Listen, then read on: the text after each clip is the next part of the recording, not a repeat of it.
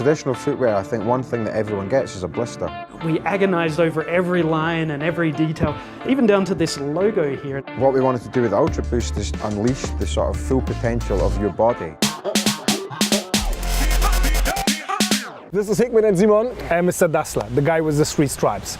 And we're here at Herzogenaurach at the Adidas headquarters. And not too long ago, Adidas revealed the Boost technology, being strong on track and in running, but also being strong in lifestyle with Kanye West and his friends.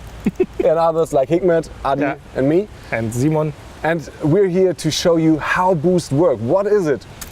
And we take you with us into the AIT, which is the James Bond laboratory of Adidas. Mr. Q.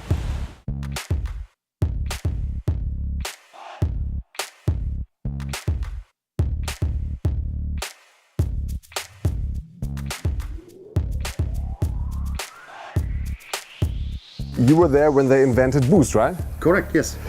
So tell us, from there to there, from these little balls to these shoes. How we come there? These little balls to there. Yeah, it was in 2006, 2007 when somebody from our research came to me. Yeah, we call him Dr. Einstein. He looks a little bit like Einstein. He's looking a little bit out of the box, yeah. And then he came with his particles to me, and he said, "Okay, Martin, what can we do with that?" I said, "Eat it." And honestly, I mean, I met him in the coffee kitchen, yeah. Then I said, "Okay, hey Frank, I have no idea." Was it on accident? Did he tell you?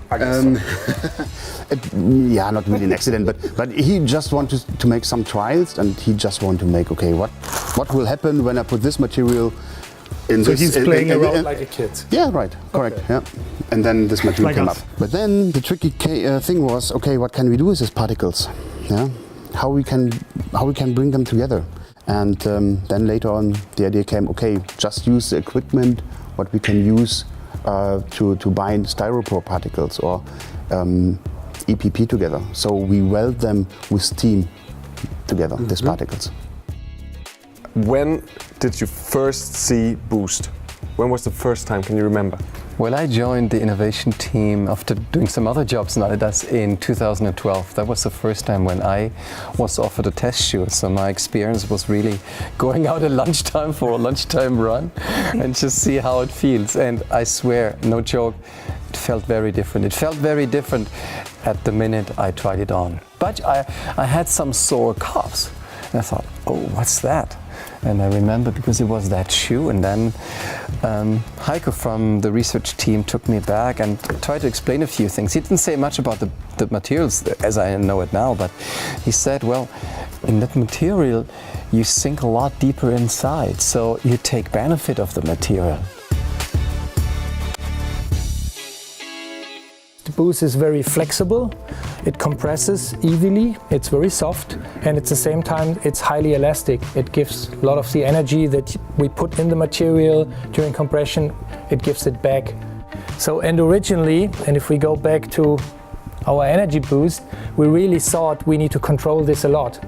Now at the same time, if you think about other footwear innovations, and specifically the idea of natural running, to say like, okay, we want to work with your internal biomechanics. Not change how you run, work with your individual running gait. And I just assumed the thing that I felt a bit sore with my calves is that normally when you run on EVA for the last 30 plus years, you have not such a deflection in the material. You run on top of the midsole, but not using the midsole with its cushioning, and that was something entirely new. Why is it white and not paintable, or why not painted yet? So we think that it's not paintable. Maybe it's paintable because maybe Adidas likes a white sole unit. But okay, if you use, let's say, paint or pigments or colors, you will change also the performance of the particles or of the sole. Yeah, right. And this is actually what we have to make sure that we don't change the let's say the physical properties. But theoretical, is it possible to paint it without taking a can or a pen? Yeah, sure. What was your hardest task with Boost? I think my hardest task was really when we started testing to not give some early samples that were not perfect, to not give them to the runners, because the runners were testing some shoes in the lab, but the geometry was just not perfect. and so they were definitely unstable. So not to allow him to give, because they were begging for the shoes like crazy.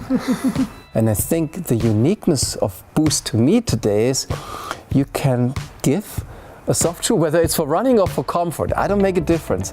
But soft doesn't mean unstable any longer. And I think this is the game changer in my opinion.